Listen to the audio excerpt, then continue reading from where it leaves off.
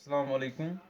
आज हम एक्सरसाइज 13.3 के क्वेश्चन नंबर 2 पे आ रहे हैं, surface areas and volumes chapter में।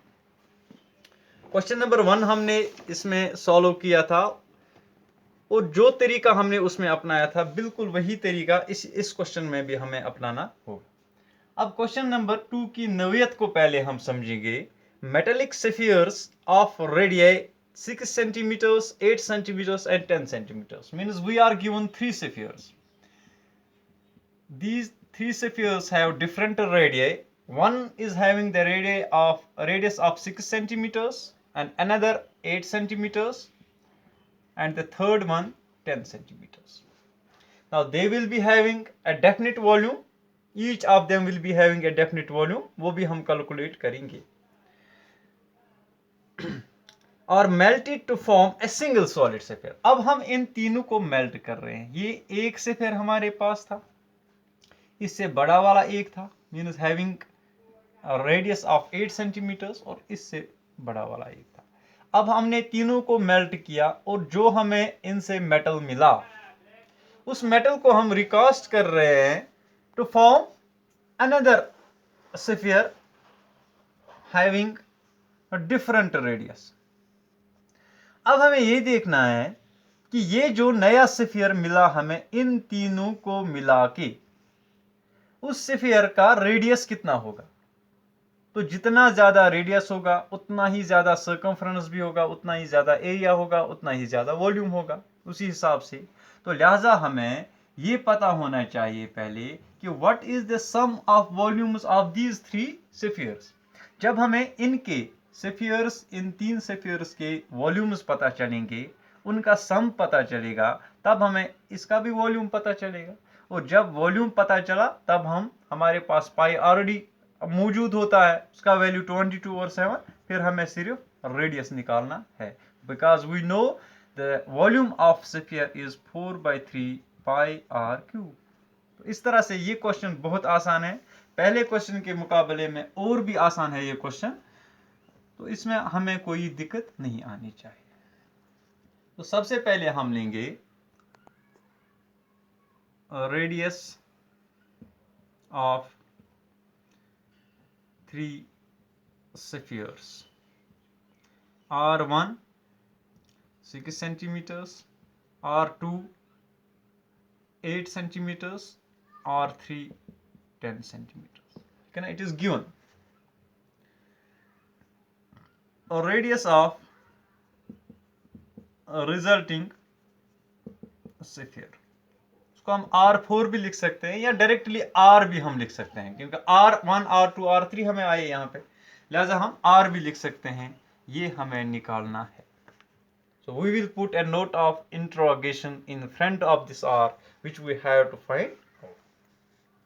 अब सबसे पहले हम देखेंगे कि volume of 3 spheres, volume of 3 existing spheres किसके बराबर होगा। It will B volume of resulting sphere. 3 का वॉल्यूम 1 के बराबर होगा, ठीक है ना। तो पहले हम 3 का वॉल्यूम निकालेंगे, उसके बाद हमें वही वॉल्यूम 1 का वॉल्यूम 1 के वॉल्यूम के बराबर मिल जाएगा। तो उस हिसाब से हम डायरेक्टली देख सकते हैं कि R का वैल्यू हमें क्या मिलेगा।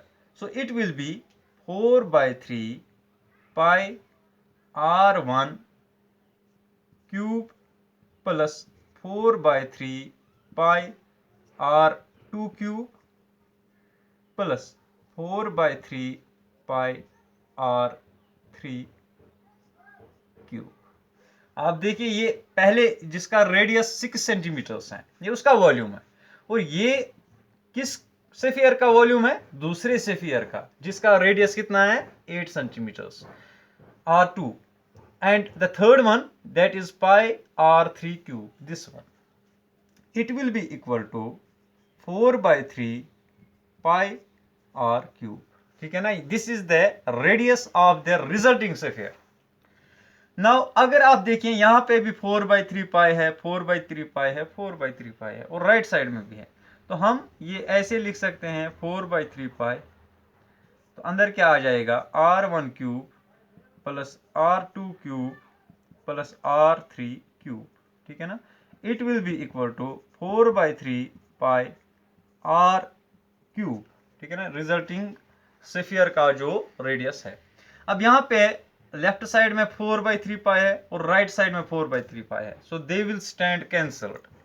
Now what we get on the left side, it is r1 cube, means the r1 is 6, so it will be 6 cube plus 8 cube plus 10 cube, ठीक है ना, it will be equal to how much r cube, this is the value of r cube. अब हम देखेंगे 6 cube, 6 are 36, अब then 36 into 6, that is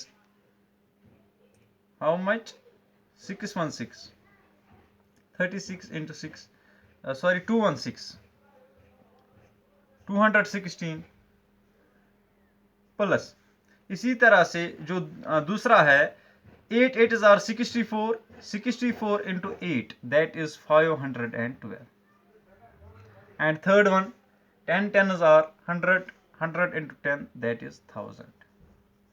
अब देखिए यहाँ पे 512 और 216 होते हैं 728, 728 plus 1000, that is 1728, okay, this is the value of r cube, means r cube is 1728।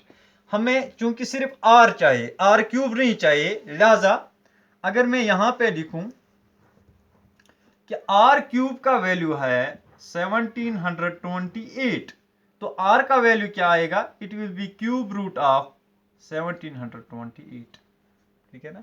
तो जब हम 1728 का क्यूब रूट, लोअर क्लास में भी आपने पढ़ा होगा कि 12 आर 144, 144 into 12 आर 1728। तो ये हमें 8th क्लास में पढ़ा था जब क्यूब एंड क्यूब रूट्स हम पढ़ रहे थे वहां पे, तो कुछ नंबर्स के क्यूब्स एंड क्यूब रूट्स वहां पे हमने देख लिए थे। तो आर कितना होगा, that will be 12 centimeters. So this is the radius of the resulting sphere, means the radius of a resulting sphere is 12 centimeters.